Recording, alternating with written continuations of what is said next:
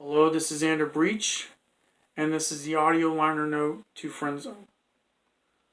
Or you can refer it to a video liner note. Now, before I go into telling the story, there's a couple things I need to mention to you. One, the song and the story itself is based on true events. So embrace yourself for what you're about to hear. Also, I would like to mention that names of any kind will not be mentioned in this story due to confidentiality reasons. Number two, if you cannot stand long stories, please do yourself a favor and exit out of this video and stop while you're ahead of time. Because people like stories, and this is my way of telling them. So I just wanted to give you the warning ahead of time so you're not wasting your time. With that said, on with the story. When the story of Friend Zone took place, I would have to say it was early 2001, which, may I add, was a year before A Stronger Man took place. Now, as y'all may have remembered from one of my previous videos, that story took place in 2002. So consider this story somewhat of a prequel. So I was in middle school, as you know, and as you may have heard from the song, I was 14 and in the 7th grade. I was also extremely chubby. I had a crush on a girl for a while. We met, became friends, and in my mind I thought it could be something more. I actually thought she was flirting with me with the way she smiled, but what I didn't get is I misinterpreted this girl's intentions really, really bad.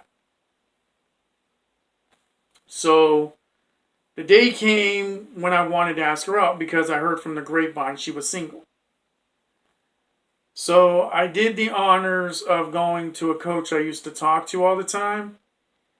And I told him, you see that girl over there? I'm going to ask her out. May I remind you, PE class is supposed to be an easy A to most people. Not so much for me. And the reason I say that is because I hated sports back then. Only thing you can get me to do is track. Because with track, you can run, you can walk, you can talk with people. It's the only thing I like doing. I did not like anything that involved a ball back then.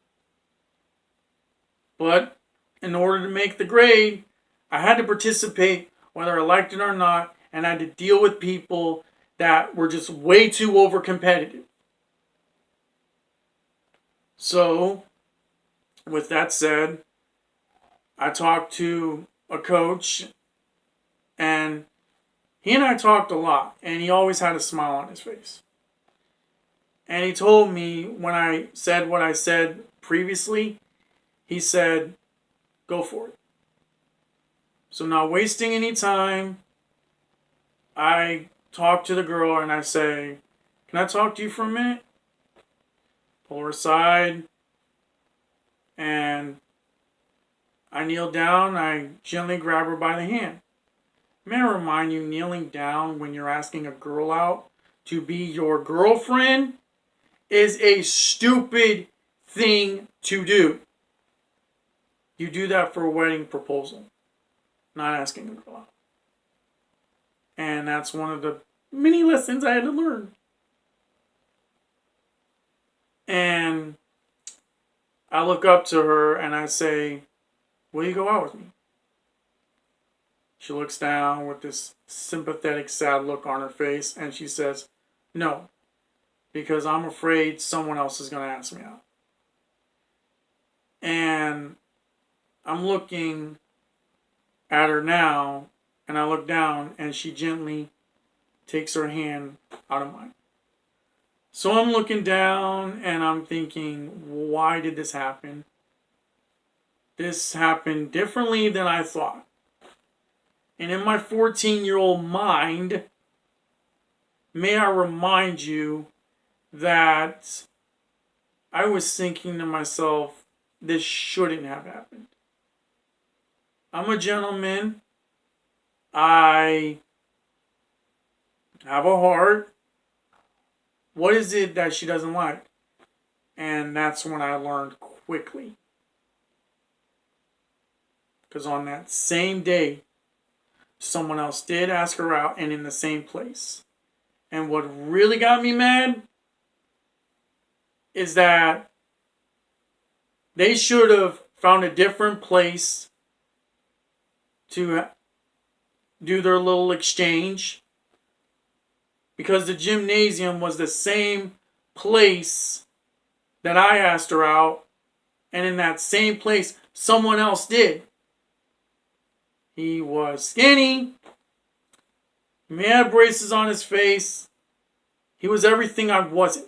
Plus he was like a basketball type guy. He loved basketball, he loved sports. He said, will you go out with me? She said, yes.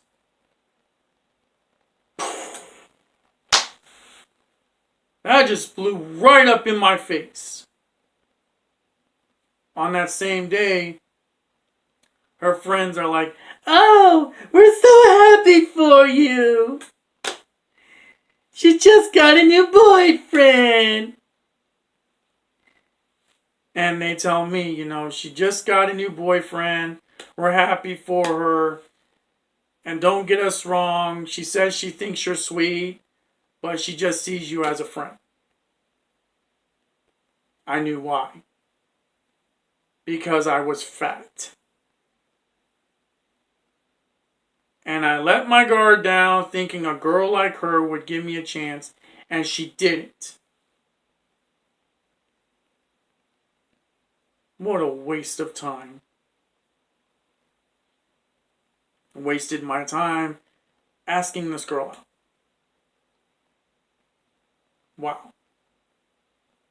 I was ticked.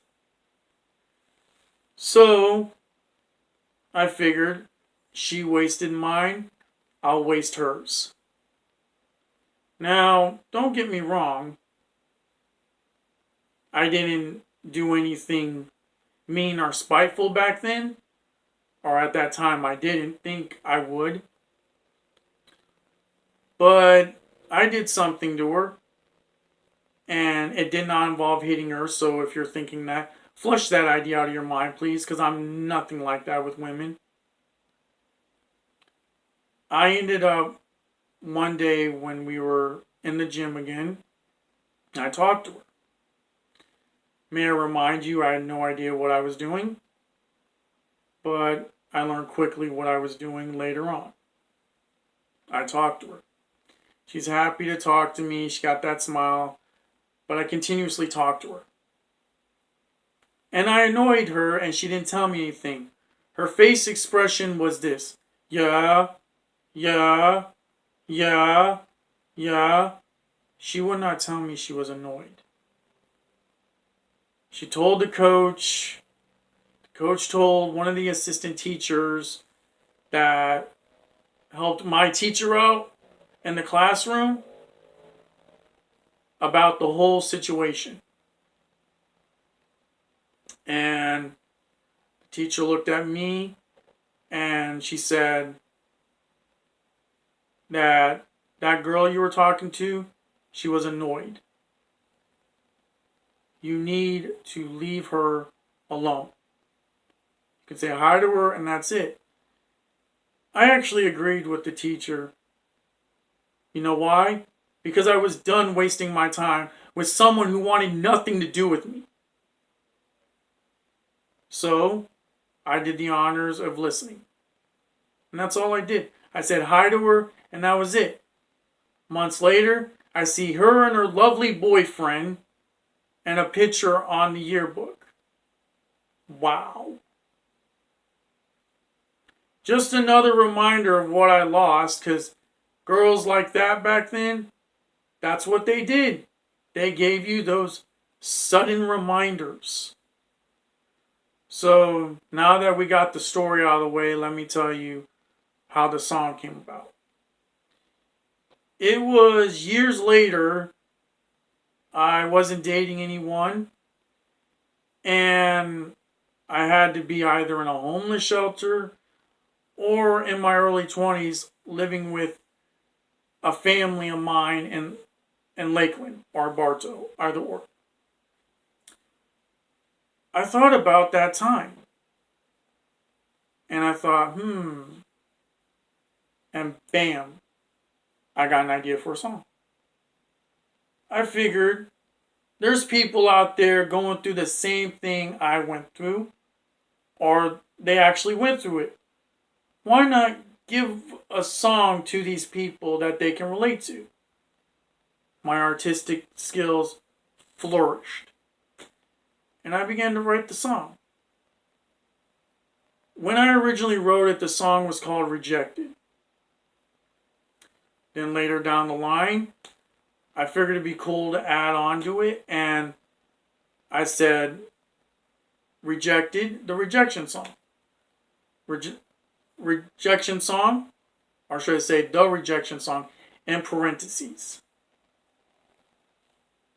And when I think about it, everything was going good with me and the song. But I found out there was a lyric that was already taken. So I had to redo it all because the lyric I used was taken in a cheerleading room. So I went ahead, redid the whole song, and I may have not wrote it, but I remembered the story, and that's what helped me make that video. And when I did the video, I remembered everything of the story, and I remembered in my mind how I changed the lyrics a little bit to give it a more current look, because I don't like copywriting. So I'll change anything if I feel or found out that I did the same thing as another artist or anyone who is a composer. And I'd have to say that's how the song Friend Zone came about, the story came about. And, I really hope you enjoyed this video as much as I enjoyed making it. I look forward to more videos. And by the way, I also plan on doing a remix of Friend Zone. But right now that's in planning process, so that may take a while.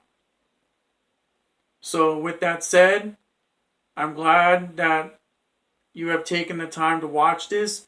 Please excuse my small technical errors. You have a great day, and God bless you. Bye-bye.